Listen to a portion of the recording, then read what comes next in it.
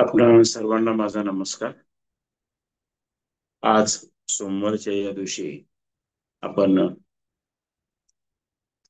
ज्ञानेश्वरीवरती प्रवचन घेतोय. म्हणजेच भगवद्गीता जी आहे, भगवान श्रीकृष्णांनी अर्जुनाला सांगितली, त्यातला आपण गेल्या वेळेस 14वा अध्याय आपण सुरू केला होता, ज्याचं नाव आहे गुणातीत योग.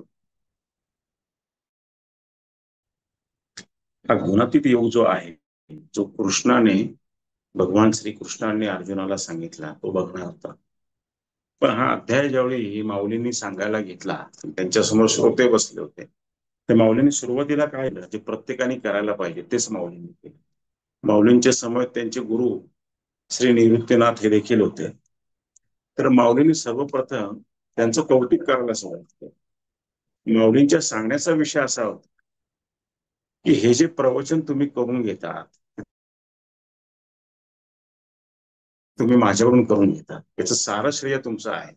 याच्याकरता दिली जाणारी बुद्धी तुम्ही मला देतात, याच्याकरता लागणारी प्रज्ञा तुम्ही मला देता, आणि तुमच्या कृपेमुळेच चांगले शब्द उदाहरणं हे माझ्या मुखातून बाहेर पडणार आहे.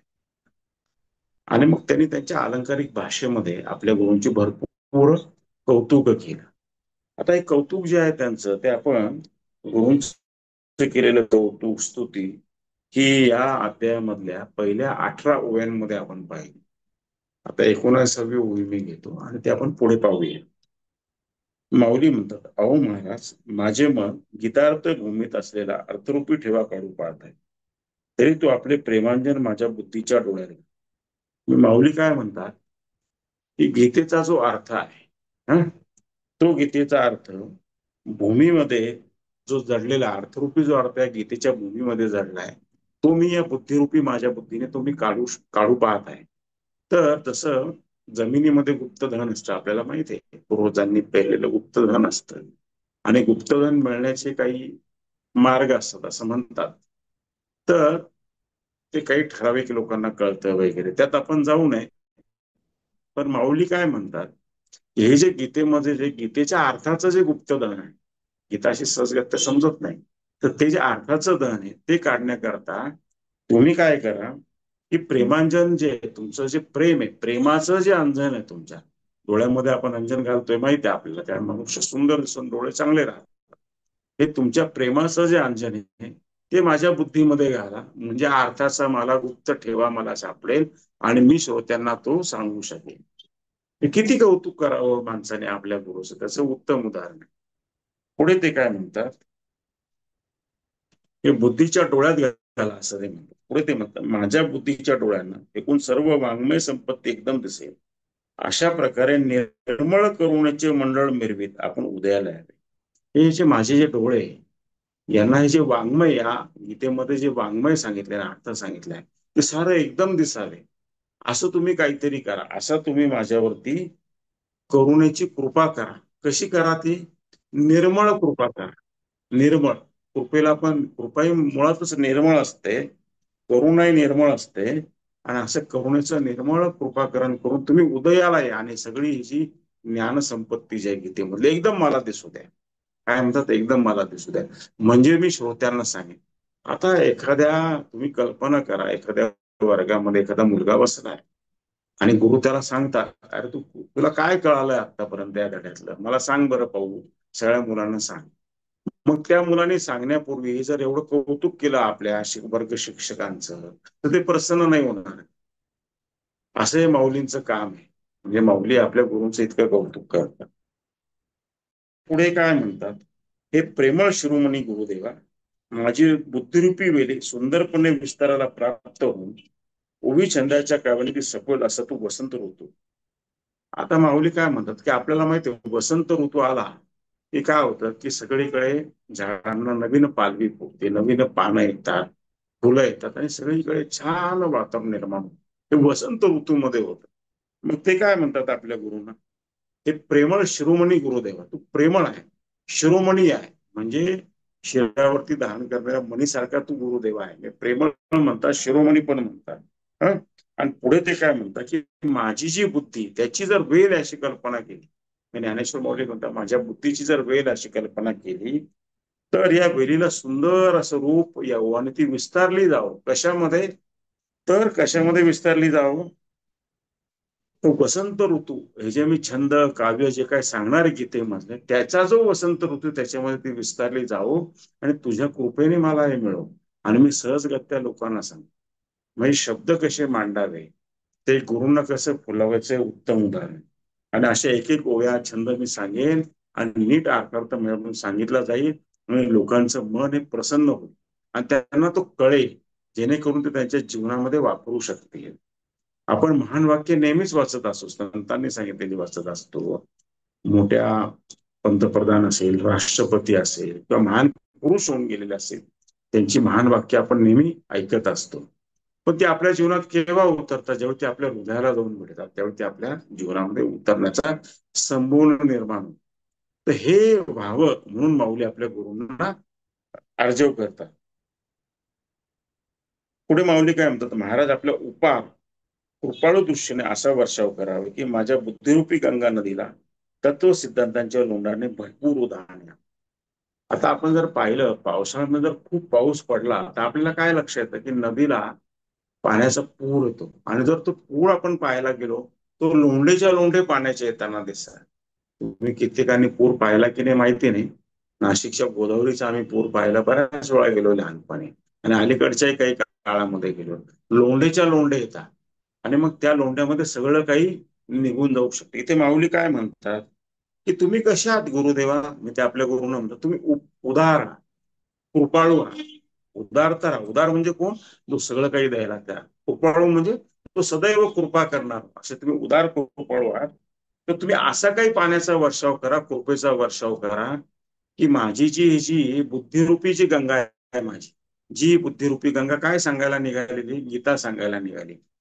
तर याच्यामध्ये लोणच्या लोण तत्व सिद्धांत, तत्व जे गीतेमध्ये सांगितलं, त्याचे जे सिद्धांत आहेत एक एक सांग, त्याचे लोंढेच्या लोंढे या माझ्या गंगा नदीमध्ये, बुद्धीच्या गंगा नदीमध्ये येऊ आणि ते जे समोर श्रोते बसले त्यांना मिळो, असं माऊली म्हणतात.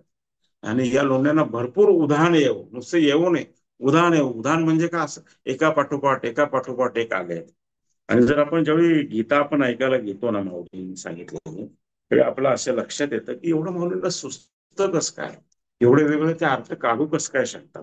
तर त्याचं खरं कारण काय आहे की माऊली आपल्याला प्रत्यक्ष आपल्या गुरूंची त्यांनी कृपा संपादन केली. आता गुरूंची कृपा होते म्हणजे नेमकं काय होतं माहिती का?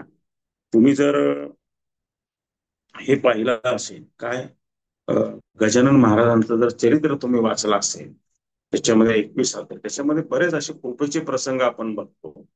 त्याच्यामधला एक प्रसंग असा आहे की कुष्ठरोगी, त्याला कळतं हे संत त्या शिगावामध्ये कृपा झाली तर माझा आजार निघून जाईल, असं त्याला कळतं. आणि म्हणून तो महाराजांच्या मठामध्ये जातो.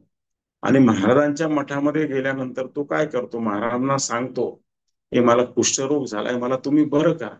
महाराज त्याच्याकडे बघतात आणि ते काही बोलत नाही. मग तो काय ठरवतो की आपण इथे त्यांच्या इथे काहीतरी, मग तो झाडलोटचं काम करायला लागतो, तरी सडा पाणी करायला लागतो. आता कुष्ठरोग्यांचं त्या काळामध्ये काय होतं, एवढं हे पुढे गेलेलं नव्हतं. जेवढं आता मेडिकल सायन्स पुढे गेले तेवढं पुढे गेलेलं नव्हतं. त्यावेळी मग त्यांनी ठरवलं की इथेच आपण यांच्या सानिध्यामध्ये राहू. आणि ते बघायचे हा रोज सडा पाणी करतो आहे, काही ना काही कामं करतो. आता अशा लोकांना जनरली कोणी कामं देत नाही. का? तर लोकांना भीती वाटत असते की संसर्गजन्य आम्हाला होईल. म्हणून तो सडा पाणी झाडायचं काम करायचं, जे सगळ्यात हलकं समजलं जातं. लोकांचा चुकीचा समज आहे, पण तसं लोक समजतात. मग तो करायचा नाही. एके दिवशी काही महिने त्यांनी केल्यानंतर महाराजांची त्यांनी कृपा खेचून घेतली. कृपा जी असते ना, ही खेचायला लागते. बरेच शिष्य असं विचारतात की आमच्यावर कृपा कधी होईल? तर कृपा ही मिळवायची असते. कशी मिळवायची असते? गुरूंनी सांगितलेल्या आदेशाचं पालन करायचं असतं सेवेमध्ये, मग कृपा आपोआप होते. कृपा व्हायला काही करायला लागत नाही. तर त्यांनी ती खेचली नाही. एके दिवशी महाराज पेरू का काहीतरी फळ खात होते, त्यांनी अर्ध खाल्लं ते त्याच्याकडे फेकला त्यांनी. हा खा म्हणाले तो. तसं ते जे काय फळ दिलं ते कुष्ठरोगाकरता योग्य नव्हतं. त्याने खा म्हणाले. हा म्हणाला खातो, आणि यांनी खाल्लं त्याचा कुष्ठरोग निघून गेला. अशी त्याच्यामध्ये कथा आहे. तर ती त्यांनी काय केली? कृपा खेचली. ते प्रसन्न झाले. अशीच एक गोष्ट मी तुम्हाला सांगतो. पुण्यामध्ये एका गुरूंचा एक आश्रम आहे, त्यांचं नाव मी विसरलो.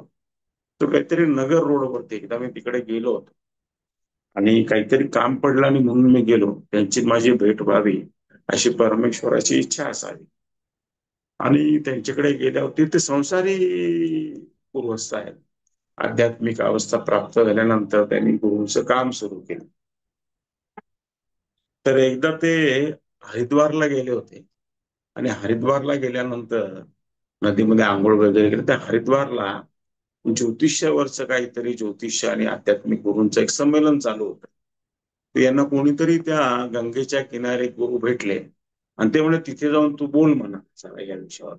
ते म्हणे माझा हा प्रांत नाही, विषय पण नाही. जा रे म्हणे, मी तुझ्यावरती कृपा केली म्हणे, तुला बोलता येईल म्हणे. हा मी नाही बोलू शकत. आणि मग त्यांना पाठवलं तिथे. हे जे काय बोलले बडा बडा बडा बडा, ते उत्तम भाषण माझंच झालं म्हणजे सगळ्या याच्यामध्ये. आणि मग त्यांना कळालं की आपल्या नशिबात हा योग होता. आणि पुढे मग त्यांनी आध्यात्मिक गुरु म्हणूनच प्रवास केला. आणि मोठं त्यांनी तिथे पुणे नगर रोडवरती त्यांचा मोठा आश्रम आहे. मला नाव आठवलं तर मी तुम्हाला नक्की सांगेन. ते कृपा जी असते ना, ही कृपा ही अशी असते. तसे माऊली म्हणतायत की गुरुदेवा तुम्ही माझ्यावर कृपा करा. म्हणजे हा जो एवढा प्राचीन ग्रंथ आहे संस्कृत मध्ये लिहिलेला, तुम्ही श्रोत्यांना सांगू शकता. पुढे ते म्हणतात, अहो विश्वाच्या विश्रमस्थाना श्री गुरु, तुमच्या अनुग्रहाच्या चंद्राने मला स्फूर्तीची पौर्णिमा लाभ. ते काय म्हणतात की विश्व जे चाललेलं आहे, हे विश्व जे चालू आहे सतत अव्याहतपणे विश्व चालू आहे. अनेक वर्ष झाले, 10,000 15,000 1,00,000 वर्ष, माहिती नाही किती वर्ष विश्व चालू आहे. ते म्हणतात की या विश्वाला जर विश्राम करायचा असेल, त्याचं विश्रामाचं स्थान कोणतं तर ते तुम्ही आहात. असे तुम्ही माझे गुरु महान आहात. विश्वाला जर त्याचं चक्कर थांबवून विश्रांती घ्यायची असेल, असे विश्रामाचं स्थान तुम्ही आहात अशा गुरुदेवा. तर तुम्ही काय करा की तुमचा अनुग्रह करा माझ्यावर. तुमचा कसा अनुग्रह करा, तुमचा अनुग्रह म्हणजे एक चंद्र आहे जणू काही. आणि तो चंद्र कसा असतो, जर आपण चंद्र पाहिलं तर चंद्राच्या बराच कला आपण बघतो की तो छोटा छोटा होत जातो आणि मग अमावस्या येते आणि परत तो मोठा मोठा पूर्ण चंद्र आपण बघतो. आणि पौर्णिमेचा चंद्र ज्यावेळी बघतो त्यावेळी आपल्याला तो आल्हाददायक शीतल वाटतो. तर तुमचा अनुग्रह असा, याला जर चंद्र म्हणून कल्पना केली तर तुमचा पूर्ण अनुग्रह करा. मी अनुग्रह कसा करा तर स्फूर्तीची पौर्णिमा मला लाभ. तो चंद्र कसा द्यावा तुमच्या अनुग्रहाचा, स्फूर्तीची पौर्णिमा लाभ. तुम्हाला इतकी स्फूर्ती यावी की मी प्रवचन उत्तम करो, असं माऊली आपल्या गुरूंना म्हणतात. पुढे ते म्हणतात, त्या पौर्णिमेच्या दर्शनाबरोबर माझ्या नानसागराला उधाण येऊन ते माझ्या नवरसांच्या ओघाने भरून वाहू लागेल. आता ज्यावेळी पौर्णिमा असते त्यावेळी सागरामध्ये काय होतं की सागराला उधाण येतं. तुम्हाला माहिती असेल, सागराला इतकं उधाण येतं की सागराचं पाणी किनाऱ्यापर्यंत, किनाऱ्याच्या बाहेर पण त्याच्या जोरदार लाटा मारतात. तुम्ही कधी पौर्णिमेला त्या सागरामध्ये उतरलात की नाही मला माहिती नाही, पण आम्ही एकदा सगळेजण उतरलो होतो, माई आणि आम्ही सगळेजण. आमचे काही नातेवाईक, आम्ही अलिबागला गेलो, अलिबागून पुढे मुरुड जंजेश्वरला गेलो. आणि पूर्वी पण आम्ही गेलो होतो. आणि कधी एकदा सागरामध्ये जाऊन त्या सागरामध्ये उड्या मारतो असं आम्हाला झालं होतं. मग आम्हाला ते मुरुड जंजेश्वर यायचं होतं, मुरुड यायचं होतं. त्याच्यावर आम्हाला सागराचा काठ दिसायला लागला, थोडी दाट झाड होती. आणि म्हटलं "अरे, दिसतो ते समुद्र, चला अजून तर सूर्यास्त व्हायला बऱ्यापैकी वेळ आहे." आणि आम्ही गाडी थांबवली, सगळ्यांनी कपडे बदलले आणि घुसलो आम्ही त्या पाण्यामध्ये. आम्ही हे पाहिलं नाही की पौर्णिमा आहे का अमावस्या आहे का काय आहे. आणि घुसल्यावर आमच्या लक्षात गेलं लाटा इतक्या तुफान होत्या की त्या आम्हाला मध्ये खेचत होत्या. आमच्या लगेच लक्षात आलं आपल्याकडून चूक झालेली आहे, आपण समुद्रामध्ये खेचलो जात आहोत. एकामेकाचे हात धर, हे कर, कोणाचं तरी मंगळसूत्र, आणि ते लाटावर पटकन ते असं पकडलं एकामेकाला धरून समुद्राला. म्हटलं अरे थांब जरा बाबा, तू आम्हाला बाहेर पडू दे. आणि मग आम्ही एकामेकाच्या मध्ये सहजगत्या बाहेर आलो. ही त्याचीच कृपा होती अर्थात. पण सागराचं उदाहरण काय असतं ते बघणं आमचं त्यावेळी झालं. तर माऊली इथे काय म्हणतात की त्यांचा जो ज्ञानसागर आहे माऊलींचा, त्या सागराला उधाण येऊ दे. तुझ्या या पौर्णिमेच्या चंद्रामध्ये तुझा जो हा अनुग्रहाचा चंद्र आहे, त्याच्यामुळे माझ्या ज्ञानसागराला उधाण येऊ दे. आणि लाटा कशाच्या येऊ दे तर नवरसांच्या लाटा येऊ दे. नवरस म्हणजे आपण ज्यावेळी बोलतो तर त्या बोलण्यामध्ये जसं आपण एखादं दुःखद घटना घडली, आपण करुणेने त्याचं वर्णन करतो, दुःखाने वर्णन करतो त्या घटनेचं. एखादी आनंदाची घटना घडली तर आपण आनंदाने वर्णन करतो. एखादा स्त्री खूप नटली सौंदर्याने, तिचा पती तिचं कसं वर्णन करेल, सौंदर्याचं वर्णन करेल. असे 9 रस आहेत ते सगळ्या प्रकारचे. तर 9 रसांच्या लाटांचं उदाहरण येऊ दे, म्हणजे गीतेमधचं वर्णन जे आहे मी या 9 रसांनी करेल, असं माऊली आपल्या गुरूंना म्हणतात. बघा 16-17 वर्षाची माऊली आहे आणि त्यांना एवढे एवढे शब्द सुचतायत. अर्थात ते साक्षात भगवान विष्णूच होते आणि भगवान शंकरच त्यांचे गुरु म्हणून तिथे बसलेले होते. आता हे 2 महान देवता तिथे असेल बाजूला, साक्षामध्ये त्यांची जी लहान बहीण होती ती देखील प्रत्यक्षामध्ये दुर्गाच होती ती, अलग लक्षात. आणि त्यांचा जो एक भाऊ होता तो देखील साक्षात ब्रह्म. आता अशा ठिकाणी सगळ्या गोष्टींना उदाहरण नाही आलं तर काय विशेष आहे. म्हणजे तुम्ही कल्पना करा, अवतार घेऊन इथे आले होते, अवघ्या कमी वयामध्ये सगळ्यांनी आपलं अवतार कार्य पूर्ण केलं आणि सगळ्यांनी आपल्या संजीवन समाधी घेतल्या. म्हणजे कल्पनेच्या पलीकडे घडलेली ही घटना आहे, मी तुम्हाला सांगतो. पुढे ते म्हणतात, आपण विनंती करण्याच्या निमित्ताने आणि स्तुती करण्याच्या निमित्ताने द्वैत आरंभलेले पाहून श्री गुरु संतुष्ट होऊन म्हणे. आता आपण एक कोण म्हणतो, त्यावेळी जे लिखाण करत होते माऊली ज्यावेळी सांगत होते सगळं, त्यावेळी जो लिखाण सच्चिदानंद मला वाटतं त्यांचं नाव, त्यांनी नाव विसरलो, त्यांनी ते लिखाण केलेलं आहे ज्ञानेश्वरीचं. तर ते काय म्हणतात की माऊली आता आपण जे असं गुरूंचं कौतुक चालवलेलं आहे, हा, आणि हे जे कौतुक करताना तुम्ही गुरु आणि तुम्ही एकच आहात खरे. म्हणजे ज्ञानेश्वर माऊली त्यांचे गुरु ते एकच झाले, हे लिखाण करण्याला कळतंय. म्हणून तो द्वैत तुम्ही आरंभले, गुरु आणि तुम्ही वेगळ्यात असं तुम्ही म्हणताय. हे पाहून गुरु संतुष्ट झाले, एवढी स्तुती आहे. आणि मग गुरु म्हणजे निवृत्तीनाथ काय म्हणाले ते सांगताय. निवृत्तीनाथ, आता हे सर्व बोलणे पुरे कर, ज्ञान सुगंधाने भरलेला तो आपला चाललेला ग्रंथ पुढे दाखव, उगाच आमच्या उत्सुकतेत खंड निर्माण करून. तर निवृत्तीनाथ म्हणता, काय चाललंय तुझं हे, तुझं जे ज्ञान सुगंधाने भरलेलं तुझं जे प्रवचन आहे तर तू सांगायला सुरुवात कर. माझी स्तुती पुढे झाली, आता माझी स्तुती थांबवतो. आणि आमची जी सगळ्या श्रोत्यांची उत्सुकता वाढली की याच्या पुढे काहीतरी ऐकता येईल. कारण मागच्या अध्यायात आपण काय ऐकलं आहे, प्रकृती पुरुष विवेक योग ऐकला आहे. म्हणजे प्रकृती म्हणजे निसर्ग आणि पुरुष म्हणजे परमात्मा, यांचा योग आल्यानं, या दोघांचा योग झाल्यानंतर काय काय घडतं ते आपण सगळं पाहिलं. त्याच्या पुढे काय ऐकायला मिळणार आहे गुणातीत योगामध्ये, याची आम्हाला उत्सुकता, आमची उत्सुकता ताणू नको. आता हे स्तुती बंद कर, मी प्रसन्न झालो, आता तू बोलायला सुरुवात कर, असं निवृत्तीनाथ ज्ञानेश्वर माऊलींना सांगतात.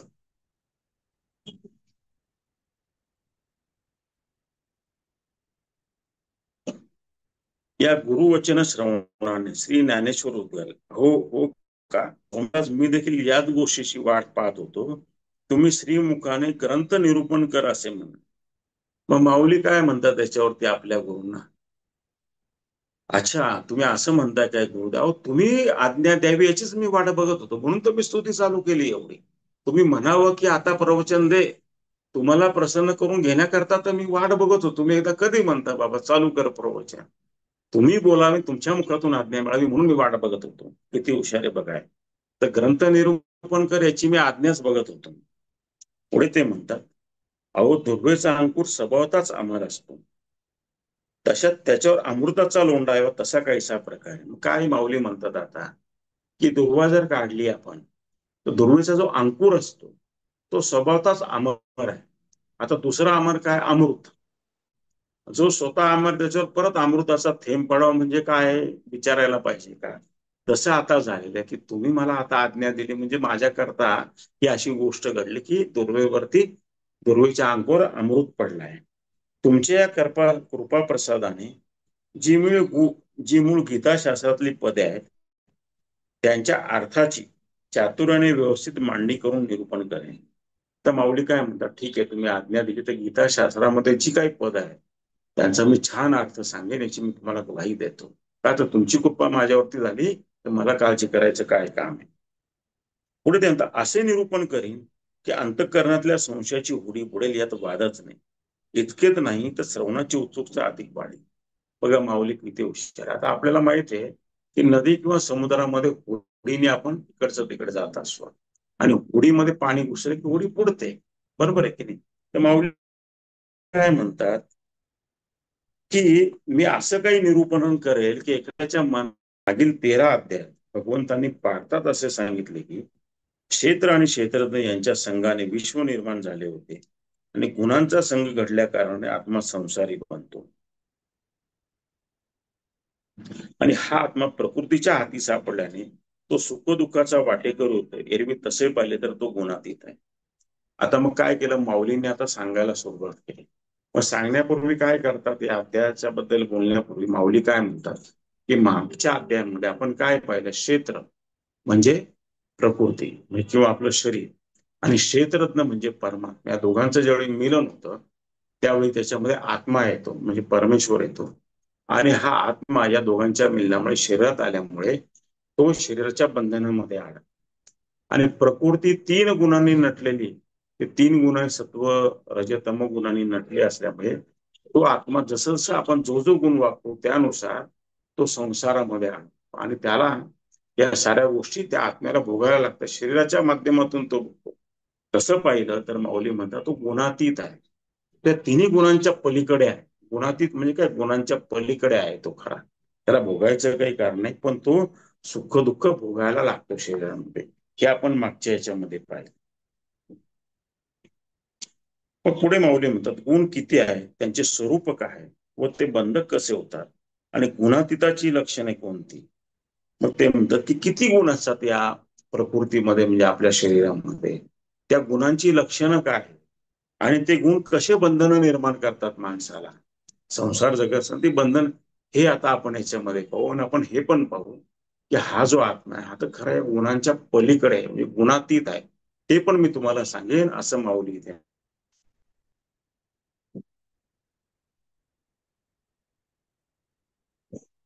तर आपण पुढे हे बघत होतो, पुढे माऊली असं म्हणतात या सर्व समस्यांचा स्पष्ट उलगडा करणे हा या 14व्या अध्यायाचा विषय आहे. तर समस्या कोणत्या की कशामुळे माणूस बंधक होतो, कोणते 3 गुण आहेत, त्या गुणांचं स्वरूप काय आहे आणि माणूस बंधनात कसा अडकतो, हे आपल्याला ते माऊली याच्यामध्ये शिकवणार आहे. पुढे ते म्हणतात तरी आता या प्रकरणी वैकुंठपती भगवान श्रीकृष्णांचा अभिप्राय काय आहे तो ऐका. भगवान म्हणतात अर्जुना लक्ष चित्त एकाग्र करून ज्ञानाला झुंबावे बरे. या ज्ञानाचा बोध मागे अनेक युक्तिवाद करून आम्ही तुला कथन केलाय, तरी अद्याप त्याचा प्रत्यय तुझ्या मनात बिंबत नाही. आता माऊली असं म्हणतात त्याच्यामध्ये की भगवान श्रीकृष्ण हे सांगणार आहेत पुढे, तर त्या अर्जुनाला या प्रसंगी काय म्हणाले, तर त्या अर्जुनाला असं म्हणतात अरे अर्जुना, हे जे 3 गुण प्रकृती पुरुष विवेक योग हे सारं मी तुला पूर्वी सांगितलेलं आहे.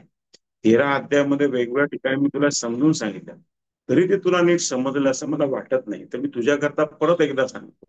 तर तू आता काय कर की तुझं सगळं लक्ष चित्त माझ्याकडे दे आणि ज्ञानाला झुंबायला सुरुवात कर. म्हणजे एखादं आपल्याला चिंचेचं झाड दिसलं बघा, खाली चिंचा आलेल्या आहेत आणि आपल्याला एकदम असं तोंडातून पाणी सुटलं, आपण त्या पकडतो असं किती खाऊ आणि किती नाही, असं जसं लहान मुलांना होतं लहान वयामध्ये, तसं तू ज्ञानाला झोम अर्जुन आता आणि सगळं लक्ष देऊन ऐक मी काय सांगतो ते.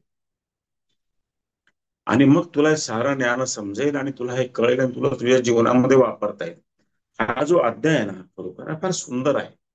हा जर तुम्ही समजून घेतला ना, म्हणजे हे जे 3 गुण आहेत आणि त्याचा जीवनात कसा वापर केला पाहिजे, आपण कसं एका गुणातून दुसऱ्या गुणात गेलं पाहिजे, हे सगळं शिकण्यासारखं आहे. त्याच्यात जी माऊलींनी उदाहरणं दिलेली आहेत ती जर आपण दैनंदिन जीवनामध्ये आचरणामध्ये आणली आपल्या, तर खरोखर जीवनामध्ये बदल होतो. आणि गीता ही त्याकरताच खरं सांगितली गेलेली आहे. आणि म्हणून श्रीकृष्णाने परत माऊलींच्या रूपाने जन्म घेतला आणि साध्या मराठीमध्ये सांगितले. एकनाथ महाराज जे होते, ज्ञानेश्वर महाराजांची समाधी वगैरे सगळं त्या मधल्या काळामध्ये लुप्त झालं होतं. आणि मग एकनाथ महाराजांना दृष्टांत झाला आणि ते परत आळंदीला आले आणि त्यांनी परत ती समाधी ते सगळं शोधून काढलं. परत गीतेची अधोकृत अधोकृत ज्ञानेश्वरीची प्रत त्यांनी बनवली आणि जी आज आपल्याला उपलब्ध आहे. म्हणजे फार मोठे उपकार झालेले आहेत सध्याच्या समाजावरती. मराठी जनानंतर फारच उपकार झाले. आता या ज्ञानेश्वरीचे इतर अनेक भाषांमध्ये भाषांतर झालेली आहेत.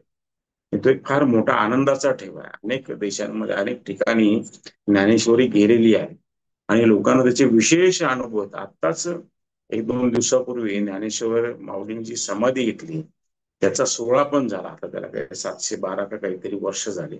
वर्ष माझी चुकत असेल, पेपरमध्ये पण त्याच्या बातम्या होत्या. आणि आपण सगळेजण ऐकतोय, तुम्ही सगळेजण आतुरतेने येता, ही फार छान आणि आनंदाची गोष्ट आहे. खरं ती ऐकावीशी वाटणे याच्यातच खरं कल्याण आहे. ऐकल्यानंतर आपल्यामध्ये आपोआपच बदल होतात. किती छान आणि सुंदर आहे. तर मी माझ्या शब्दांना विराम देतो. मला जरा आज प्रवचन लवकर संपवायचं म्हणजे काय, मला एक छोटस काम आहे जरा. तर आपण प्रवचन थांबूया. तुम्ही आलाच सगळेजण, आणि ही जी सुरुवातीची माऊलींनी आपल्या गुरूंचं केली स्तुती तुम्ही ऐकली, आणि आपल्याला याच्यातून काहीतरी शिकायला मिळालंय. माझ्या गुरुदेव जरी ब्रह्मलीन झाले असले तरी माझं त्यांच्याशी रोजच बोलणं होत असतं, आणि मग त्यांची स्तुती वगैरे असं सगळं होत असतं. असं सांगून मी माझ्या शब्दांना विराम देतो आणि आपल्या हृदयातल्या श्रीकृष्णाला वंदन करतो. जय श्रीराम, जय श्रीराम.